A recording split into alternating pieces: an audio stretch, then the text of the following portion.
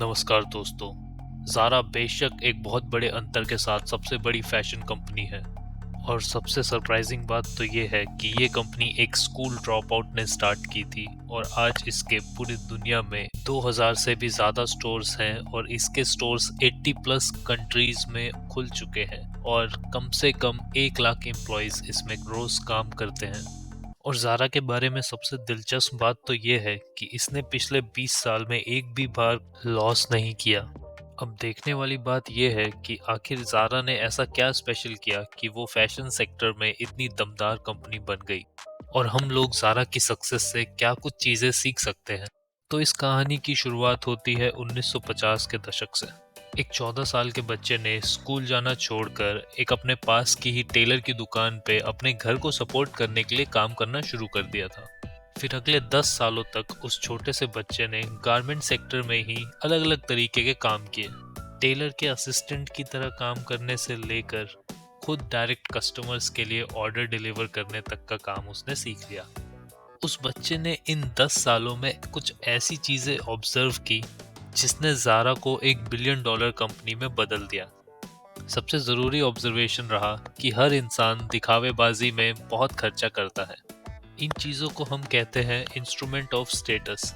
तो instrument of status वो चीज़ें होती हैं जिनकी हमको सही में ज़रूरत नहीं होती है, पर हम सोसाइटी में अपना स्टैंडर्ड बढ़ाने के लिए इनको खरीद लेते हैं, जिससे अपने समाज में हम लोगों की वाहवाही हो। सबसे बड़ा एग्जाम्पल तो आईफोन का ही है। हर आदमी आईफोन सिर्फ इसीलिए खरीदता है जिससे बाकी लोग उसको अमीर समझें। इसी तरह अमानसियो ओर्टेगा ने यह समझ लिया कि 20 से 35-40 साल तक की उम्र की औरतों के लिए सबसे ज़रूरी इंस्ट्रूमेंट ऑफ स्टेटस है उनके कपड़े, और लड़कियों के लिए सबसे ज़रूरी होता है कपड़ों में वैरायटी एंड उसका डिज़ाइन। उसके बाद उस प्रोडक्ट की क्वालिटी कैसी भी हो वो लोग इतना ध्यान नहीं देते, और वैसे भी उनको एक कपड़ा 1 या 2 बार से ज़्यादा तो पहनना होता है नहीं। मिस्टर ओर्टेगा ने ये चीज़ को एकदम बेहतरीन तरीके से समझ लिया और अपने ब्रांड को कुछ इसी तरीके से सेटअप किया। दूसरी और ज़रूरी ऑब्जर्वेशन ये थी कि लड़कियां सेलिब्रिटीज़ को बहुत ज़्यादा फॉलो करते हैं। जैसे ही किसी सेलिब्रिटी ने कुछ नए तरीके का कपड़ा पहना तो लड़कियों को भी तुरंत ही वो कपड़े चाहिए होते हैं, और एग्जिस्टिंग मार्केट में नया स्टॉक बहुत देर से आता था। पर ज़ारा ने ये ठान लिया था कि वो जल्दी जल्दी अपने स्टॉक्स एंड इन्वेंट्री को चेंज करते रहेंगे, और सेलिब्रिटीज़ जिन ड्रेसेस को पहनते हैं वो एक्चुअली काफ़ी एक्सपेंसिव होती हैं, पर ज़ारा सेम डिज़ाइंस को ही काफ़ी सस्ते में बनाकर कंज्यूमर्स तक पहुंचाने लगा। फाइनली अमानसियो ओर्टेगा ने ज़ारा के लिए ये बिजनेस स्ट्रेटजी फाइनल की कि वो लोग हाई क्वालिटी के पीछे नहीं भागेंगे, बल्कि मीडियम क्वालिटी के ही प्रोडक्ट्स को जल्द से जल्द कस्टमर्स को प्रोवाइड करेंगे और रॉ मटेरियल्स को बल्क में खरीदेंगे, जिससे कि उनका कॉस्ट ऑफ प्रोडक्शन कम रहे और फाइनल प्रोडक्ट ज़्यादा महंगा ना हो। इसके बाद ज़ारा की टीम ने अपना रिसर्च करना स्टार्ट किया कि आखिर मार्केट में क्या कपड़े ट्रेंड कर रहे हैं और कौन से स्टोर से किस टाइप के कपड़े ज़्यादा बिक रहे हैं।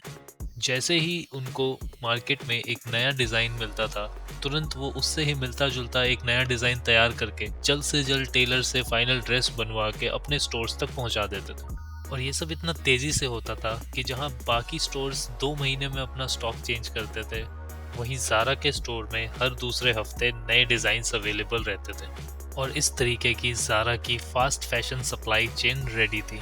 अब ज़ारा के कस्टमर्स को ये फ़ायदा हुआ कि सारे नए एंड ट्रेंडिंग डिज़ाइन उनको सस्ते में मिलने लग गए, और ज़ारा के स्टोर्स पे क्योंकि हर 2 हफ्ते पे नया स्टॉक और नए डिज़ाइंस अवेलेबल रहते थे, इसकी वजह से कस्टमर्स का उनके स्टोर पे जाने का फ्रिक्वेंसी भी बढ़ गया। अब ज़्यादा लोग ज़ारा के स्टोर्स पे आते थे as compared to the other normal stores. अब क्योंकि ज़ारा नए नए डिज़ाइंस फटाफट मार्केट में लेके आ रहा है और कस्टमर भी फटाफट आके उसको खरीद ले रहे हैं, तो इनका टर्न अराउंड टाइम काफ़ी फास्ट है, और इसकी वजह से काफ़ी एफिशिएंट सप्लाई चेन डेवलप कर ली इन्होंने, जिसकी वजह से ये लोग अपने कस्टमर्स को और ज़्यादा डिस्काउंट्स देने लग गए। ये सब फैक्टर्स मिलके ज़ारा को $1 बिलियन कंपनी बनाने के लिए काफ़ी थे। आज भी जहां नॉर्मल ब्रांड सिर्फ एक साल में 2-3 हज़ार डिज़ाइन ही बना के मार्केट में ला पाते हैं, वहीं ज़ारा जैसी कंपनीज 12-13 हज़ार डिज़ाइन से अपने कस्टमर्स का दिल जीत लेती हैं। ज़ारा की इस सक्सेस स्टोरी से हम लोगों को क्या कुछ सीखना चाहिए? हमें अपने कस्टमर्स का बिहेवियर पता होना चाहिए। हमारे कस्टमर्स इंस्ट्रूमेंट ऑफ स्टेटस के लिए क्या कुछ चीज़ें खरीद रहे हैं। अगर हम लोग उन चीज़ों को टारगेट करेंगे तो अपने आप हम लोग अपने बिजनेस में एक हाई मार्जिन के साथ ज़्यादा प्रॉफिट कमा सकते हैं। और दूसरी इम्पॉर्टेंट बात यह है कि हमें हमारे प्रोडक्ट्स में किन पैरामीटर्स पे काम करना है। जैसे ज़ारा के केस में प्रोडक्ट का क्वालिटी इतना ज़्यादा इम्पोर्टेंट नहीं रहा जितना कि उसकी वैरायटी और उसका नया डिज़ाइन।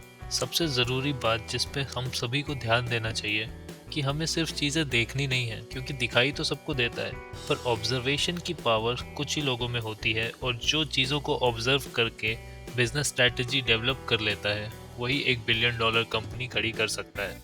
अगर आप सभी लोग वीडियो के एंड तक अभी तक बने हुए हैं तो मैं आप सभी को बताना चाहता हूँ कि आयोनाइज ने एक अपनी खुद की वेबसाइट भी लॉन्च की है। हमारी वेबसाइट का लिंक आपको इसी वीडियो के डिस्क्रिप्शन में मिल जाएगा। Thanks for watching this video and और भी ऐसे ही मज़ेदार बिजनेस स्टोरीज को जानने के लिए हमारे चैनल को तुरंत सब्सक्राइब कर दीजिए। मिलते हैं नेक्स्ट वीडियो में। जय हिंद।